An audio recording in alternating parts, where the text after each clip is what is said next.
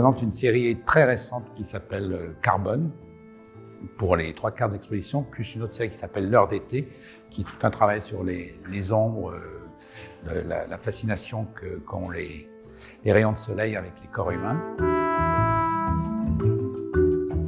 Et puis donc principalement cette série de Carbone dans la salle où nous nous trouvons.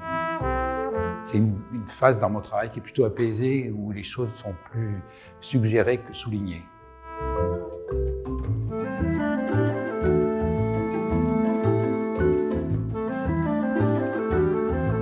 La technique au carbone a quelque chose de tout à fait fascinant pour moi, parce que je travaille directement sur le carbone et je ne vois pas ce que je dessine. Je décide de dessiner un horizon un peu inspiré des grands horizons mexicains de Breaking Bad, pour qui a vu. Et donc je pars dans cette image intérieure et j'essaie de la transcrire de façon très très brève et très rapide et très sèche sur le carbone. Et après, je soulève le carbone comme on fait un petit peu en gravure ou en photo quand on dévoile des choses dans le révélateur. Et il y a cette phase-là qui est très très fascinante pour quelqu'un qui dessine et qui enfin trouve un trait qu'il n'a pas supervisé, si j'ose dire.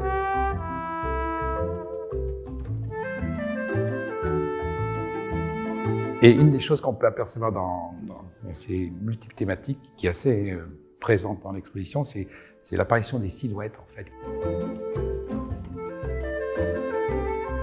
Des dessins comme Egon Schiele m'ont énormément marqué, mais il y a quelque chose dans la dislocation des corps et de la déformation même. Je crois que Egon Schiele mettait les gens sur des escabeaux pour qu'ils aient une position un tout petit peu brisée.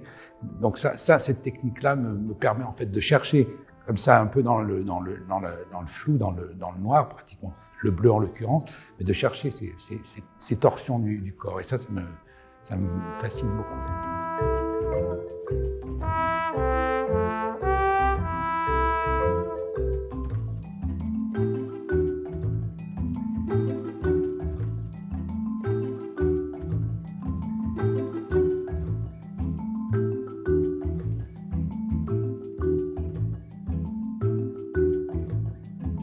Dans cette exposition, il y a un petit jeu de mots sur la série qui évoque les ombres, et qui s'appelle L'heure d'été, et l'heure étant le petit peu le miroir aux alouettes, etc., donc la tromperie.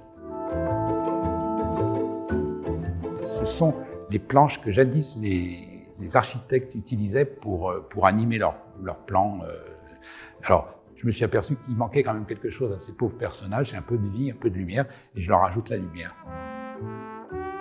Et bien, en fonction de la position de cette ombre, le personnage devient ou dynamique, ou au contraire un tout petit peu refermé sur lui-même, hésitant. C'est assez émouvant, définitivement. Donc, c'est vrai qu'un des moteurs de ma façon de travailler, c'est l'événement de surprise, en tout cas la découverte, la recherche, l'aternoiement, des choses comme ça. On n'est pas là que pour illustrer les choses, je crois. Voilà.